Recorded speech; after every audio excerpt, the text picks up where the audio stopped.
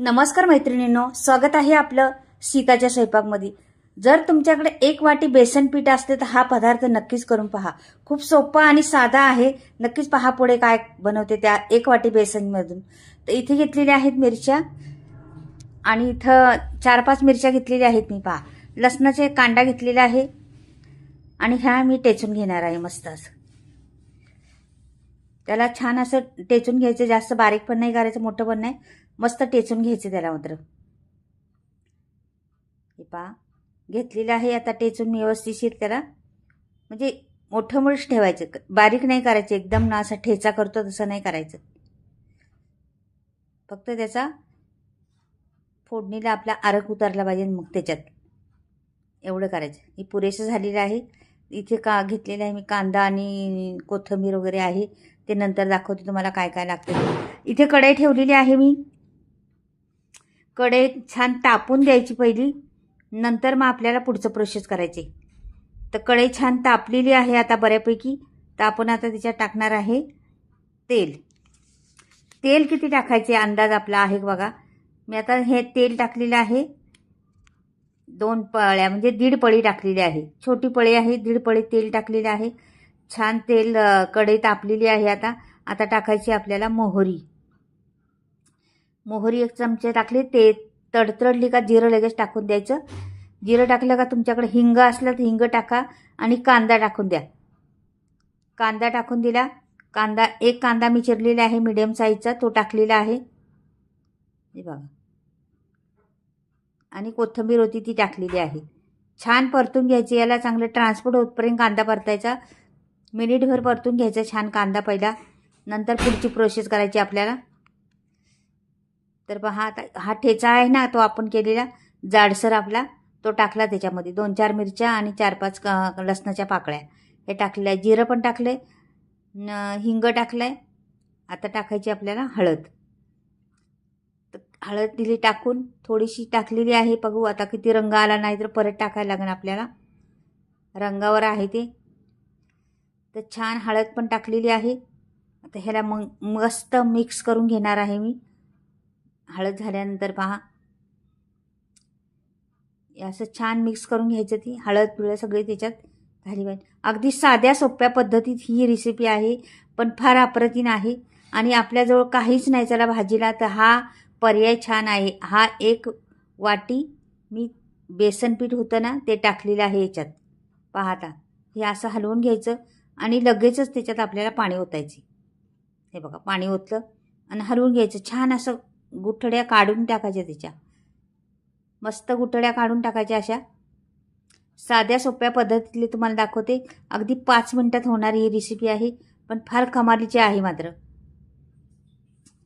हे बघा छान हलवून घ्यायचं मस्त, त्याला छान असं खाली लागलं नाही पाहिजे। आणि छान फोडणी, मस्त सुगंध सुटलेला आहे त्या फोडणीचा। आणि हे पळी घ्यायची, मग त्या पळीनी गुठळ्या सोडून घ्यायच्यात आपल्याला। आणि हे बघा रंग थोडा कमी वाटला मला, तर थोडीशी हळद नंतर टाकलेली आहे मी। असं हलवत राहायचं सारखं। फोडणी बघा रंग किती छान दिसते, वरती बघा मसाल्याचं सगळं वरती आलेलं आहे, तरी बिरी छान असं।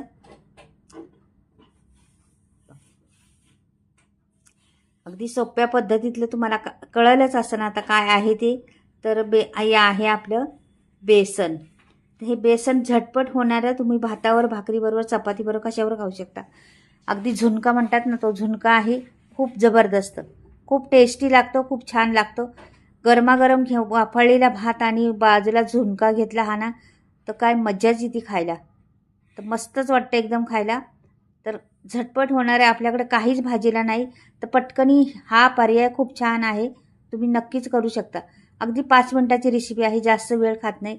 आता शिजलं का पाहायचं, कसं पाहायचं शिजलं, रट होणार ते, एकदम रट आवाज येणार त्याचा आणि त्याच्यावरून असे उडणार शिंतोडेवरती, तर मग म्हणायचं शिजले आपलं। हे बघा आता रट व्हायला लागलेलं आहे ना, हे पहा, मग ते असे वरती उडत राहणार, मग ते म्हणायचं शिजलं। त्याला शाईन येते जराशी, पिठल्याला त्या शाईन येणार, मग ती शाईन आल्यावर आपल्याला समजायचं का झालंय आपलं पिठलं बनून। हे बघ मस्त रट करते अगदी छान, आणि त्याला शाईन पण आलेली आहे। पहा जरासं होऊन देते अजून थोडंसं, का झालं। गरमागरम भात घ्यायचा, आणि त्याच्या बाजूला पिठलं घ्यायचं. हे मस्त ताव मारायचा, खूप छान लागतं, खूप टेस्टी. आणि तुम्ही भाकरीबरोबर पण खाऊ शकता किंवा चपातीबरोबर पण खाऊ शकता. हे खूप टेस्टी लागतं, खूप छान लागतं. नक्कीच करून पहा ही पद्धत. कशी वाटली ती बी नक्कीच सांगा मला. झटपट होणारी रेसिपी आहे, अवघड बिलकुल नाही आणि पटकन होती. वेळ खात नाही जास्त. आपल्याला कुठून कंटाळा आला, दमून आलं किंवा कुठून आलो किंवा आता चला काहीच नाही भाजीला, काय करायचं टेन्शन आलं, तर हा पर्याय खूप छान आहे. तुमच्या एक वाटी फक्त बेसन असलं तर तुमच्या पुऱ्या फॅमिलीसाठी होऊ शकतं. हे झटपट होऊ शकतं. ते बी झुणका भाकरी मस्तच लागते का नाही.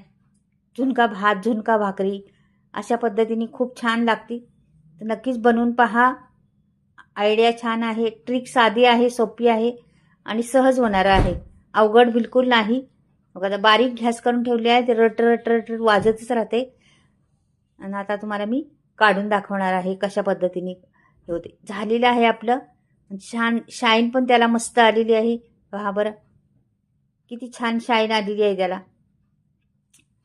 आणि कलर पण सुंदर दिसतोय. त्याच्यामुळं कांदा आणि ते हिंग टाकल्यामुळे आणखीन जिरं तर स्वाद छान येतो त्याचा, जिऱ्यानी आणि हिंगानी. तर अशा तऱ्हेने जर पिठलं केलं किंवा झुणका केला तर तुम्हाला नक्कीच आवडेल. आता मी तुम्हाला भरून दाखवते कसं खायचं, कसं ठेवायचं. ताटात तुमच्या ठेवते. इथे एक प्लेट घेतलेली आहे. हा गरमागरम भात घेतलेला आहे पहा, सुट्टा अगदी मस्त. तुम्हाला दाखवते. अशा पद्धतीने घ्यायचा आणि व्यवस्थितशीर एका बाजूला लावून ठेवायचा. त्याच्याबरोबर कांदा आणि मिरची जर असली तर मग काय मजाच येईल. असा भात घेतला आणि बाजूला टाकायचं ते पिठलं. पिठलं म्हणा किंवा झुणका म्हणा, काही बोललं तरी चालेल. तर असं बाजूला ठेवायचं. तर हा आपला खूप साध्या सोप्या पद्धतीतला पर्याय आहे. हा नक्कीच निवडून तुम्ही करू शकता, बनवू शकता. आणि बनवली पण असेल तुम्ही कधी आणि खाल्लं पण असेल, आवडेत पण असेल तुम्हाला. पण या पद्धतीने नसलं गेलं तर जरूर करून पहा. पिठलं हे सर्वांनाच येतं, बऱ्याच लोकांना येत नाही असं नाही, सर्वांनाच पिठलं येतं. का की साधी रेसिपी आहे पण खूप झणझणीत मस्त चमचमीत आहे, छान आहे. हे बघा आता झालेलं आहे. आपल्याला वरून मी कांदा ठेवते आणि मिरच्या 2 ठेवते. का आपलं मस्त हे झुणका भात खायला खूप छान लागतं. अगदी तोंडाला पाणी सुटन असं लागते. मस्त गरमागरम ताव मारा मस्तपैकी. हे बघा कांदा ठेवले आहे, मिरच्या ठेवल्या आणि मध्ये मस्त मस्त ताव मारून घ्यायचा. अगदी रंगही सुंदर आलेला आहे त्याचा, छान दिसतंय पण. तर नक्कीच तुम्हाला आवडलं तर लाईक करा, सबस्क्राईब करा आणि कमेंटमध्ये लिहून पाठवा मैत्रिणींनी कशी वाटली ही रेसिपी. आवडली का तुम्हाला, तुम्ही करता का कधी. तर चला बाय, परत भेटूया.